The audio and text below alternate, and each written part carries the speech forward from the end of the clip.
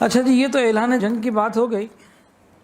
اگر میں کسی بچے سے بھی پوچھوں نا کہ اگر اللہ کے ساتھ کسی کی جنگ ہو تو وہ جیتیں گے یا اللہ رب العزت جیتیں گے، بچے بھی کہیں گے اللہ ہی جیتیں گے۔ بھائی یہ تو کوئی دوسری اس میں تو بات ہی نہیں ہے۔ جنگ تو بڑے درجے کی بات۔ آپ دیکھیں کہ ہر جگہ اللہ کا حکم پورا ہوتا ہے، اللہ کی مرضی، اللہ کی منشا پوری ہوتی ہے ہر جگہ۔ چند مثالیں توجہ کے ساتھ سمجھ لیجئے۔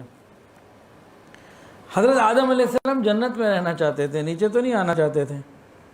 اللہ تعالیٰ کی منشا یہ تھی کہ یہ جنت سے نہ جائے نیچے زمین پہ، تو مرضی کس کی پوری ہوئی بتائیں جی؟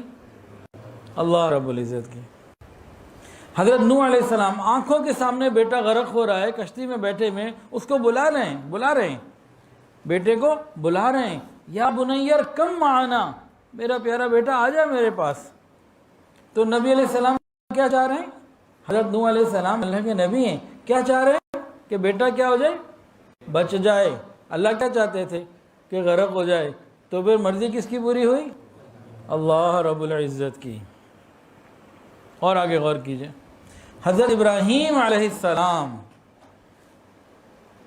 آگ میں ڈال دیے گئے، وہ تو اپنے آپ کو پیش کر چکے، قوم جلانا چاہتی ہے، رب نہیں جلانا چاہتے، تو مرضی کس کی پوری ہوئی؟ اللہ رب العزت کی۔ حضرت ابراہیم علیہ السلام بیٹا نیچے ہے، چھری ہاتھ میں ہے، چلا رہے ہیں، کیا چاہتے ہیں؟ بیٹے کو اللہ کے نام پہ قربان کر دیں۔ اللہ نہیں چاہتے کہ بچہ ذبح ہو، تو مرضی کس کی پوری ہوئی؟ اللہ رب العزت کی۔ حضرت اسماعیل علیہ السلام چھری کے نیچے ہیں، چاہتے ہیں کہ قربان ہو جائیں رب کے نام پر، رب نہیں چاہتے، تو پھر مرضی کس کی پوری ہوئی؟ مرضی اللہ رب العزت کی پیدا ہوئی۔ اور آ جائیے قریب، حضور پاک صلی اللہ علیہ وسلم اپنے سگے چچا ابو طالب کے کان میں کہہ رہے ہیں، قریب جا کے، چچا میرے کان میں کلمہ پڑھ دو، آہستہ پڑھ دو، کسی کو نہیں پتہ لگے گا، میں قیامت کے دن رب کے دربار میں آپ کے ایمان کی گواہی دے دوں گا۔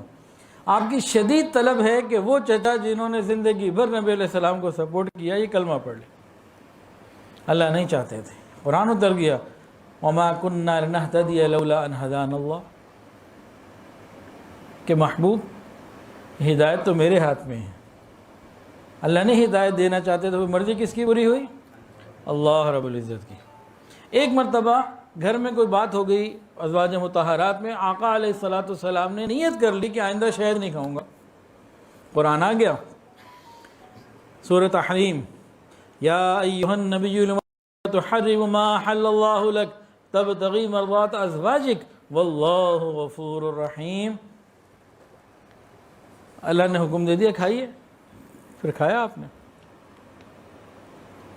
تو مرضی یہاں کس کی پوری ہوئی؟ اللہ رب العزت کی۔ ان ساری مثالوں سے بات سمجھ میں آ جائے اگر ہمیں کہ مرضی ہر حال میں اللہ ہی کی پوری ہونی ہے، ہماری زندگی کتنے مسئلے حل ہو جائیں، سارے مسئلے حل ہو جائیں۔